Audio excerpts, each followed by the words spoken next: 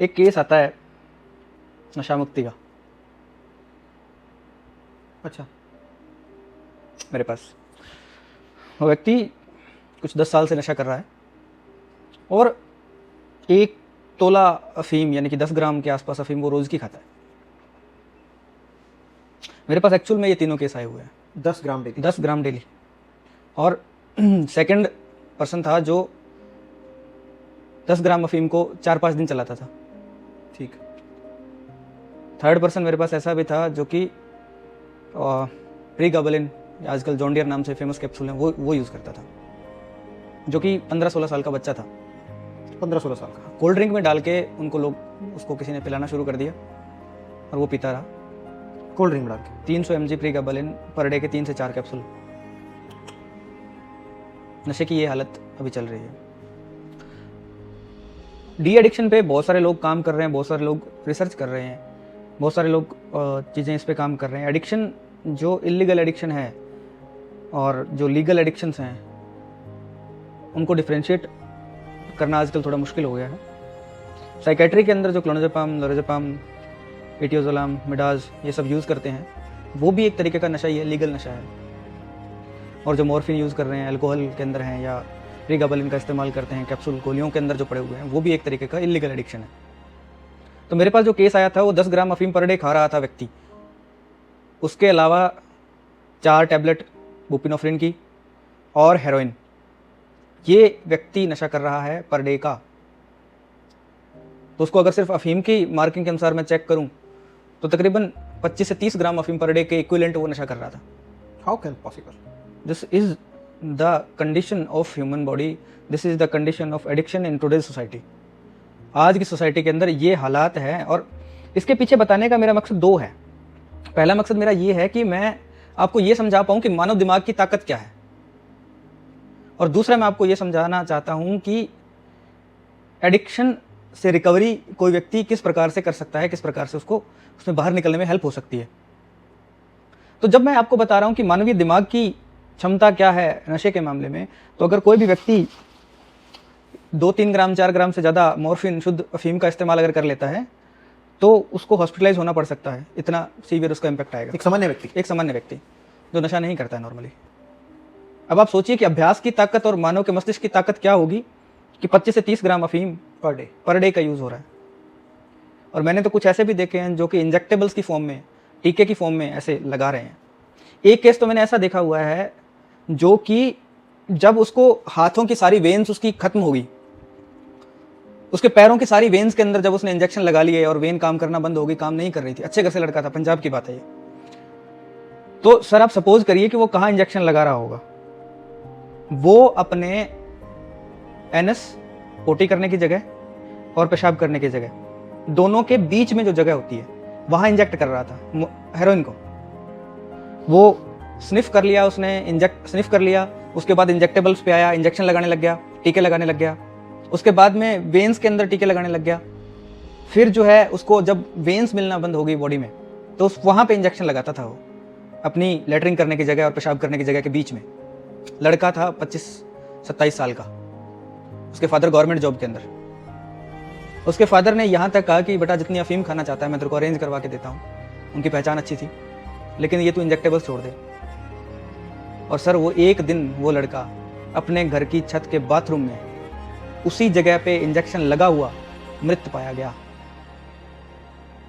ये हालात है आज के पंजाब की या पंजाब के एडजेसेंट एरियाज की, जैसे राजस्थान का कुछ हिस्सा हो गया, हरियाणा का कुछ हिस्सा हो गया।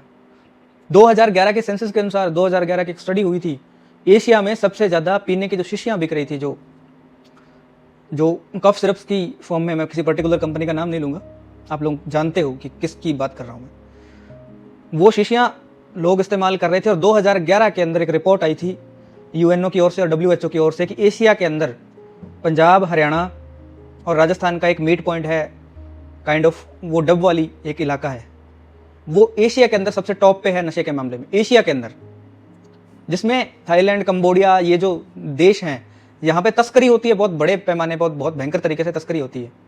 भारत में भी अलग अलग जगहों पे अलग अलग नशा मिलता है, यूज़ होता है, लेकिन 2011 की उस रिपोर्ट के अकॉर्डिंग पंजाब की उस इलाके की हालात ये थे कि पूरे एशिया के अंदर उसने नंबर 1 रैंकिंग हासिल की थी नशे के मामले में। ये हालात है आज हमारी। ये इस लेवल का नशा मानवीय मस्तिष्क की जरूरत बन गई है।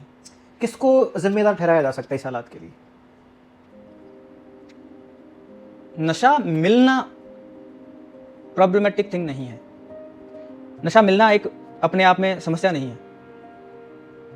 आज आप अगर नशे के मिलने को, नशे के फैलाव को अगर आप प्रॉब्लम मान के चल रहे हैं और आप ये सोच रहे हैं कि नशे का मिलना, नशे की अवेलेबिलिटी इस चीज की समस्या है, तो नहीं है। अंग्रेजों ने जब भारत पे कब्जा करना शुरू किया था 17वीं 18वीं शताब्दी के अंदर, 18वीं शताब्दी और 19वीं शताब्दी का कुछ हिस्सा, आप यकीन नहीं मानेंगे, चीन की पूरी नस्ल बर्बाद हो गई थी। भारत से सिर्फ नशे का एक्सपोर्ट होता था, अफीम का एक्सपोर्ट होता था। पूरा चीन उस नशे की गिरफ्त में था। ये बात मैं आपको क्यों बता रहा हूं? अवेलेबिलिटी की बात नहीं है।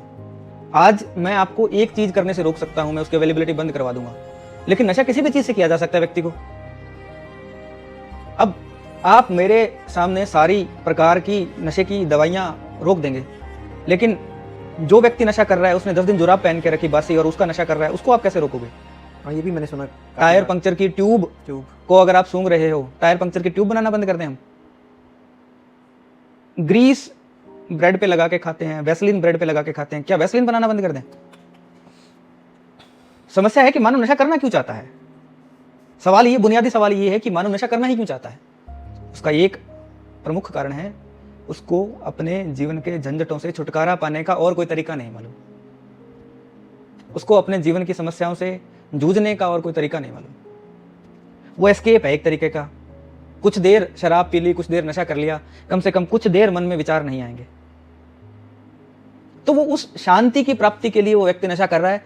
चाहे वो छोटे से छोटा नशा हो, चाहे सब लोग करते हैं, आप लोग, मैं भी हूं खैर उनमें, लेकिन सब लोग करते हैं, सोशली एक्सेप्टेड नशा जिसको बोल सकते हैं अपने, वहां से लेके स्मैक, MDMA, हेरोइन, चिट्टा, गोलियां, इंजेक्शंस, साइकोट्रोपिक ड्रग्स, भांग, गांजा, इस प्रकार के मशरूम्स, इस प्रकार का जो सेवन किया जाता है किसी भी व्यक्ति के द्वारा, वो सिर्फ उस शांति की तलाश में है, वो सिर्फ एक पीस की तलाश में है, वो अपने झंझटों से छुटकारा पाना चाहता है। ईश्वर ने जो माइंड के नाम की आपको चीज दे दी है, हमें उसको हैंडल करना नहीं आ रहा। हमें एक बहुत पावरफुल मशीन दे दी है, जैसे एक बंदर के हाथ में AK-47 फुल्ली लोडेड और सेफ्टी अनलॉक करके दे दी जाए, ऐसा हमारा मस्तिष्क हमें दे दिया है। एक कहानी बताता हूं इसके बारे में, कल्प वृक्ष की कहानी। एक व्यक्ति था जो ऐसे सोचता था कि काश ऐसा कुछ हो, ऐसा कोई पेड़ हो कि जिसके नीचे बैठ के अगर जो सोचा जाए वही मुझे मिल जाए, वही पूरा हो जाए। तो वो एक जंगल में घूमने चला गया, उसको ये बात पता नहीं थी, और एक बहुत सुंदर सा बरगद का पेड़, बहुत सुंदर उसके पत्ते, उसके नीचे वो जाके बैठ गया। जैसे ही 3-4 घंटे की उसकी ट्रैवल था, उसका चलना था, उसको थकावट हो रही थी, तो उसके मन में एक विचार आया कि काश अब मेरे पास एक अच्छा सा खाना होता, खीर, पूड़ी, हलवा, बटर चिकन, जो उसके मन में आया सब व्यंजनों का उसने इमेजिनेशन किया, और चमत्कार, उसके सामने वो पूरे के पूरे व्यंजन पड़े हुए थे।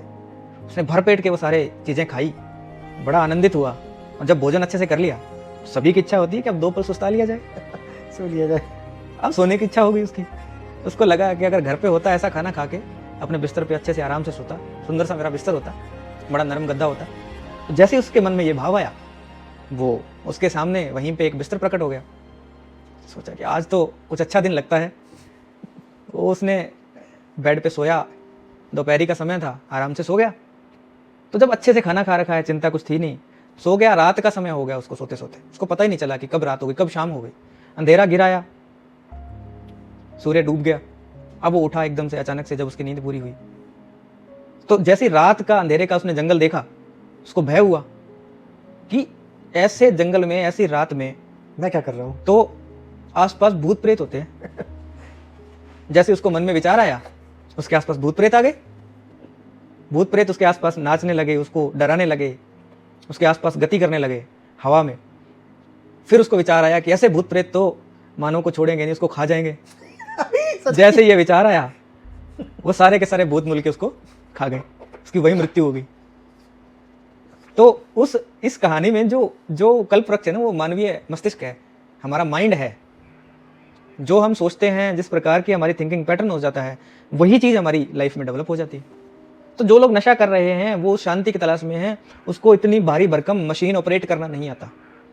उसको ये नहीं पता है कि इसको कहीं कैसे सही दिशा दी जाए, कैसे इसको ऑपरेट किया जाए, कैसे इसको अपने इस्तेमाल के लिए उपयोग किया जाए। इस शांति की तलाश में वो व्यक्ति नशा करता है। तो इसके जिम्मेदार कारणों में society, social media, diet, bad company, ये सब सेकेंडरी फैक्टर्स हैं।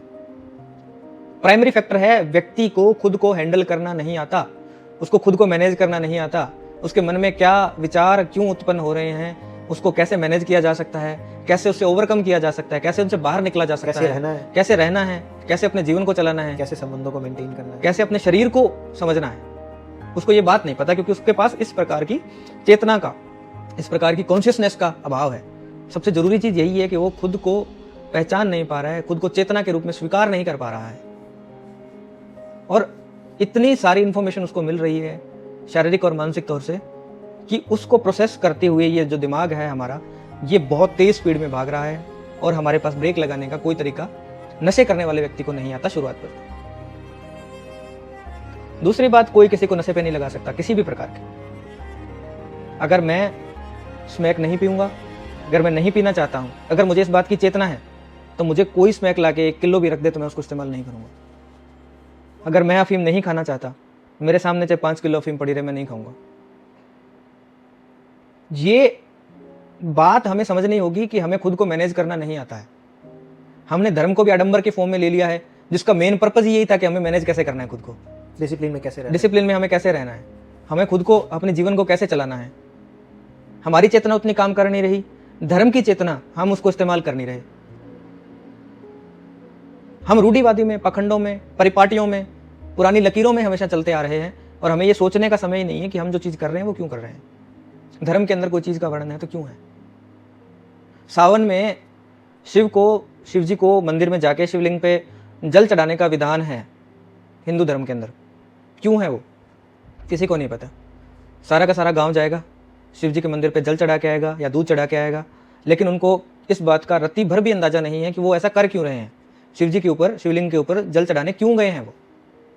देखिए, इसका कारण ये है कि शिव को नीलकंठ कहा गया है। नीलकंठ का मतलब है जिसने विष को धारण किया था। जब समुद्र मंथन हुआ तो उसमें से विष निकला। अगर वो विष सबसे पहले निकला, अगर वो पूरे विश्व में फैल जाता तो पूरा विश्व मर, उसको तबाही हो सकती थी। तो शिव ने उसको ग्रहण किया, इसलिए वो विषधारी या नीलकंठ वर्णी कहलाते हैं। तो दूध को शिवलिंग पे चढ़ाने का कारण यही था कि मानव शरीर के लिए श्रावण मास में दूध और दूध से बने अन्य डेयरी प्रोडक्ट्स विष के समान है, इसलिए हम उसको विष शिव को अर्पित कर रहे हैं, शिव जी को चढ़ा रहे हैं। क्योंकि हे नीलकंठ वर्णी, आप तो विष का पान करते रहे हैं, आप तो इस विष को झेल लेंगे, धारण कर लेंगे, मानव नहीं धारण कर सकता। तो ये हमारी बॉडी को सावन के महीने में, क्योंकि हमारी जठराग्नि, हमारी डाइजेस्टिव पावर वीक हो जाती है, उससे बचाने के लिए इसका इस्तेमाल किया गया था। ये धर्म का, चेतना का सही इस्तेमाल है साइंटिफिक रीजन के साथ। इसका कारण क्या था, इस चीज की समझ जब तक हमें नहीं होगी, धर्म के कारण, धर्म की चीजों को, या बिना धर्म के भी अगर कोई व्यक्ति चेतना अपनी उच्च स्तर पे ले जाता है, उसको ये बात का एहसास रहे कि मैं क्या कर रहा हूं, मैं क्यों कर रहा हूं, अभी के समय में अगर वो जिए, तो उसको किसी प्रकार के नशे की वैसे जरूरत नहीं पड़ेगी। कहने का मतलब ये है कि धर्म के अनुसार जो धर्म ग्रंथों में लिखा गया है उसको जीवन में उतारा नहीं जा रहा। नहीं, सिर्फ पूजा पाठ कर ली, घंटी बजा दी, मंदिर जा आए, पाठ कर लिया, बस यहीं से इतिश्री हो गई। बस उन चीजों को किया जा रहा है, लेकिन जीवन में उतारा नहीं जा रहा। और जो किया भी जा रहा है वो भी बेहोशी के साथ किया जा रहा है, ये बिना समझे कि ये क्यों किया जा रहा है। आपने भी देखा होगा, ये बच्चों को हम बोलते हैं, हमारे बुजुर्ग हमें भी बोलते थे कि बेटा ध्यान से जाना, बेटा ध्यान से पढ़ना, बेटा वहां जा रहे हो ध्यान से जाना। ध्यान का अर्थ क्या था? वो ऐसे बोल रहे थे कि आलती पालती मार के आंख बंद करके बैठ जाना। आजकल तो ध्यान का मतलब यही समझा जा रहा है। ध्यान का ये मतलब कभी था ही नहीं। ध्यान का अर्थ सिर्फ मात्र ये था, जो कर रहे हो उसी पे ध्यान रखो, उसी पल में, उसी क्षण में जो तुम करना चाहते हो उसी के ऊपर तुम्हारा सारा फोकस होना चाहिए। अगर तुम चल रहे हो, अगर तुम ध्यान से चल रहे हो, तुम ठोकर खा ही नहीं सकते, क्योंकि सारा ध्यान तुम्हारा चलने पे है। तुम्हें हर चीज का एहसास होगा। अगर तुम ध्यान से पढ़ रहे हो, डिस्ट्रैक्टेड नहीं हो, तो तुम्हारे पढ़ने में कोई समस्या आएगी नहीं। तो ध्यान का भी बहुत गलत इस्तेमाल हुआ है। ये नशे के संबंध में भी मैं ये बात कह सकता हूँ। जैसे कि मैंने आपको शुरू में एक केस बताया, जो 10 से 12 ग्राम अफीम खा रहा था व्यक्ति, जो 4 से 5 बुप्रेनोफ्रिन की टैबलेट्स खा रहा था, जो व्यक्ति स्मैक पी रहा था, वो मेरे पास आया, उसने अपनी समस्या बताई। मैंने उसको ये विश्वास दिला दिया कि तुम जो है बहुत कैपेबल व्यक्ति हो, बहुत शक्तिशाली आदमी हो और तुम इस चीज़ को छोड़ सकते हो। जैसे उसके मन में ये विचार, ये धारणा उसके मन में प्रगाढ़ हो गई, मैंने उसको मात्र एक टैबलेट कम करने का कहा था। मैंने उसको अफीम के नशे को थोड़ा सा टेपर डाउन करने के लिए कहा था कि आप जो है इसको 10% कम कर देना, जो स्मैक आप रोज पी रहे हो उससे 10-20% कम स्मैक का इस्तेमाल करना। लेकिन उस व्यक्ति के मन में धारणा इतनी प्रगाढ़ हो गई कि वो व्यक्ति सब कुछ छोड़ के और उसी दवा के आधार पे वो व्यक्ति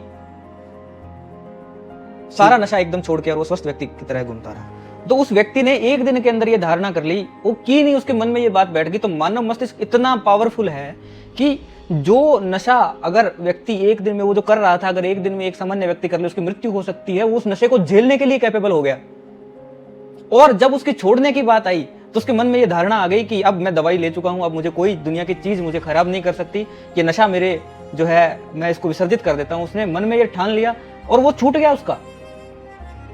इसमें दवा का जो हाथ था वो 10% के आसपास ही था। उसको ट्रेमर्स झटके आने थे, वो नहीं आए उससे। ज्यादा उसको क्या हुआ कि उसको जो बहुत ज्यादा चिंता होनी थी या बहुत ज्यादा कंपकपी छूटनी थी, जो उसका मुंह सूखना था, जो उसके डाइजेस्टिव इश्यू थे, वो बंद हो गए। पर उस व्यक्ति की धारणा का शक्ति का आपको ये बात बता रहा हूं। तो अगर कोई व्यक्ति है जो नशे में फंसा हुआ है, अगर कोई भी व्यक्ति है, कोल्ड टर्की ड्रॉप अभी के अभी इसी समय जो भी तुम नशा कर रहे हो, अगर तुमने एक बार सोच लिया ना कि मैं नहीं कर रहा आज की बात। एक कहानी इसके बारे में खोज हो रही थी, तो खोजी एक बेड़ा वहां पे भेजा गया था, एक विमान जल का पोत वहां पे भेजा गया था। बहुत पुराने समय की बात है ये, 17वीं शताब्दी के आसपास की शायद बात होगी या 1600 समथिंग के अंदर की बात है ये। तो जब उसकी खोज चल रही थी तो कुछ यात्री वहां पे गए, बहुत लंबा रास्ता था। रास्ते में पहुंचते पहुंचते उनका जब वो पहुंच गए उन्होंने मापन शुरू किया, तो उस समय उनका राशन खत्म हो गया सारा। उस समय उनका खाने पीने का सारा सामान खत्म हो गया। लेकिन जहाज के यात्रियों के हिम्मत के अंदर कोई प्रभाव नहीं पड़ा।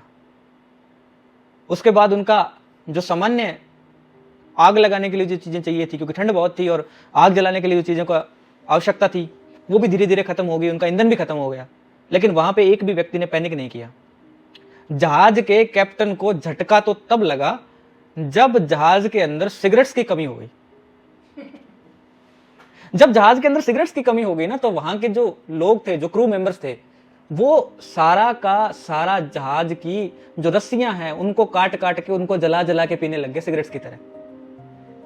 किसी प्रकार से उनको ये चीज रोकी गई, किसी प्रकार से उस जहाज का प्रबंध किया गया कि वो वापस पहुंच सके। उनको डांट के, डपट के, डरा के, प्यार से समझा के, जैसे भी करके वो विमान जो है खोज अपनी पूरी करके वापस पहुंचा।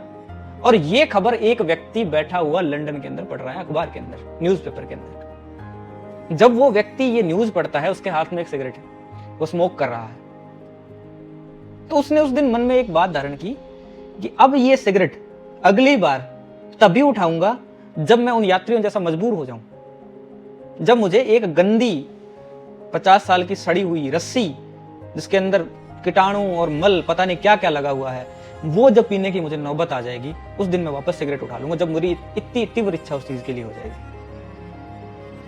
और वो व्यक्ति अपने जीवन के 50वें साल में था, और जब वो ये संस्मरण लिखता है तो वो कुछ 80वें वर्ष में था। तो उसने कहा कि मैं 30 साल से उस पल का इंतजार कर रहा हूं जब मुझे वो गंदी रस्सी पीने की नौबत आ जाए, और आज तक वो नौबत नहीं आई। तो अगर आप लोग सच में नशे को छोड़ना चाहते हो, योग ध्यान की तरफ अपना ध्यान केंद्रित करो। अपने कार्य में, अपने रिश्तों में, जो भी आप काम करते हो उसमें रुचि उत्पन्न करो। अपने भोजन में रुचि उत्पन्न करो। जीवन का रस का आस्वादन करो, जीवन के रस को एंजॉय करो। जब तक तुम ये चीज नहीं करते, जब तक कि तुम्हारी धारणा शक्ति अच्छी नहीं है, जब तक तुम मन में खुद को कमजोर समझते रहोगे, तब तक तुम इस नशे के चंगुल से नहीं बाहर निकल सकते। मेरी बात ध्यान रखना मित्र, जो भी व्यक्ति नशा कर रहा है, जो भी व्यक्ति नशे के कारण शारीरिक और मानसिक तौर से कमजोर हो चुका है, एक बार खुद में ईश्वर का वास समझ के इस चीज़ से बाहर निकलने के लिए एक बार धारणा उत्पन्न कर लो, कोई दुनिया की ताकत तुम्हें नशा नहीं करवा सकती। मेरी इन बातों का ध्यान रखो। अगर तुम्हें किसी भी प्रकार से मेरी हेल्प की ज़रूरत पड़ती है, मैं हमेशा यहाँ पे तुम्हारे लिए अवेलेबल हूँ। जब भी मन में कुछ बात हो, मुझे इस नंबर पे एक मैसेज कर देना। मैं हमेशा तुम्हारे लिए वहाँ पे तैयार मिलूँगा तुम्हारी सहायता के लिए।